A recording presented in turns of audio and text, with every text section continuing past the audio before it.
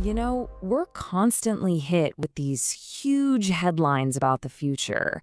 But what if the biggest stories aren't the ones being told? In this explainer, we're going to look past all that noise and uncover the hidden architecture, the invisible engines that will actually define what the world looks like in 2030.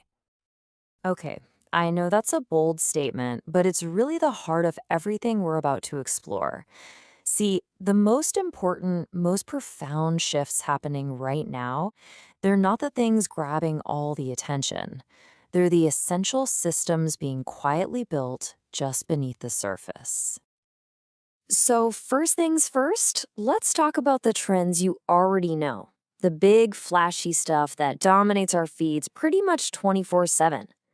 This is the version of the future we're constantly being shown. Right, you know the drill. The AI revolution, the green energy transition, that new commercial space race heating up, and of course, medicine that's getting more and more personalized. These are the mega trends we all see coming. They're basically the visible tip of a very, very big iceberg. But here's the question that really matters. What's holding that whole iceberg up?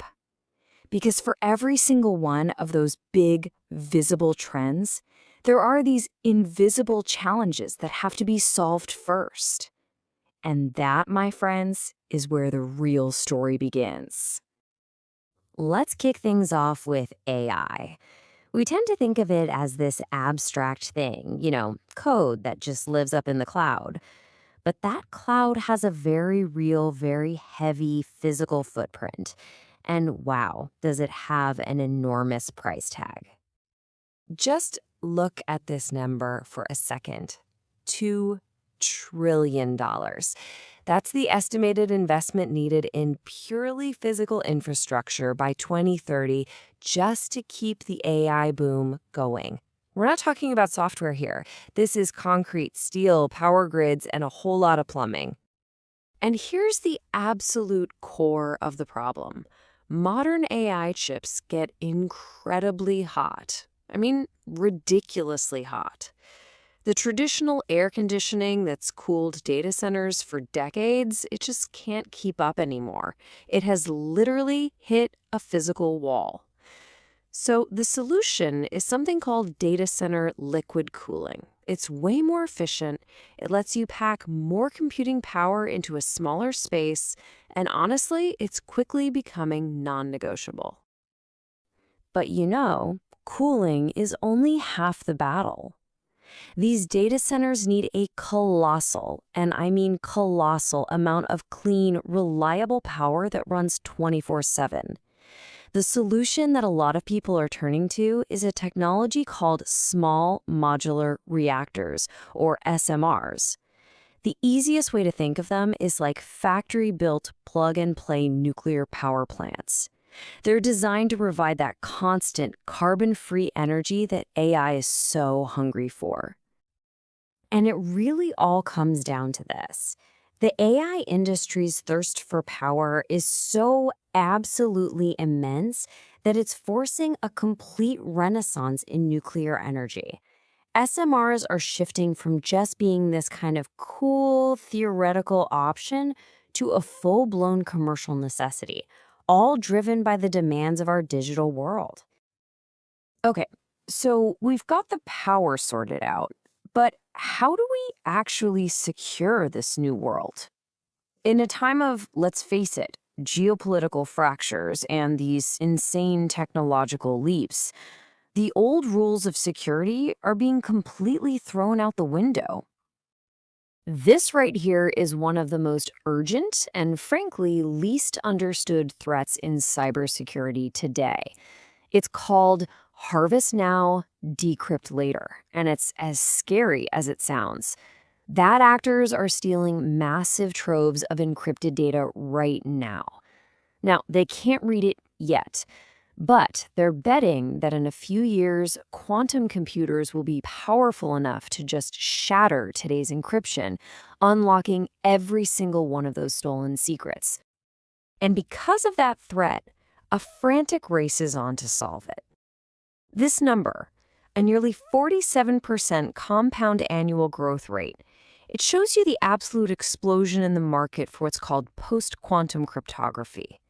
It's an urgent, multi-billion-dollar push to build new digital locks before the quantum keys that can break them are perfected. But security isn't just digital, right? It's also physical. The entire green energy transition, for instance, depends on critical minerals like lithium and cobalt. The problem is, as you can see, the supply is super concentrated in just a few places, making it incredibly vulnerable. The hidden solution here isn't just to mine more, it's to build a circular supply chain through advanced recycling. Being able to reclaim these materials at home is now a matter of national security. So, beneath all this infrastructure of power and security, there's the human element. And right now, two massive forces, aging populations and deep tech, are fundamentally rewriting the rules of how we live and how we work. For years, all the talk in personalized medicine has been about genomics, our DNA blueprint. But the new frontier is something called metabolomics. Instead of looking at our static DNA, it analyzes thousands of chemical signals in our bodies in real time. Think of it less like a blueprint of a house and more like a live dashboard of everything happening inside that house, right this second. And here's the difference, and it's so important. Genomics can tell you what could happen based on your genetic predispositions. Metabolomics tells you what is happening in your body right now. This is the massive shift that opens the door for medicine to be truly proactive and personalized. Now, on the labor side of things, with workforce shortages becoming a huge problem, automation is obviously key. But, robots are crazy expensive. This is where a new business model is really taking off. Robotics as a service. Instead of a huge upfront purchase, companies can now just subscribe to automation. It flips a massive capital expense into a manageable operating expense, and that makes advanced robotics accessible to pretty much everyone. And believe me, this is far from some niche idea. The market is projected to shoot past $7 billion. That signals a fundamental change in the entire business of automation. It's driven by pure necessity, and it's opening up robotics to all sorts of businesses that could never have afforded it before. Power, security, health, labor. It turns out all of these trends are connected by one final, overarching technology, an infrastructure that gives us a totally unprecedented view of our physical world from way up above. And it's called geospatial intelligence. Advanced satellites are now using wild technologies like hyperspectral imaging to see things the human eye can't, like the chemical composition of a farmer's field from orbit.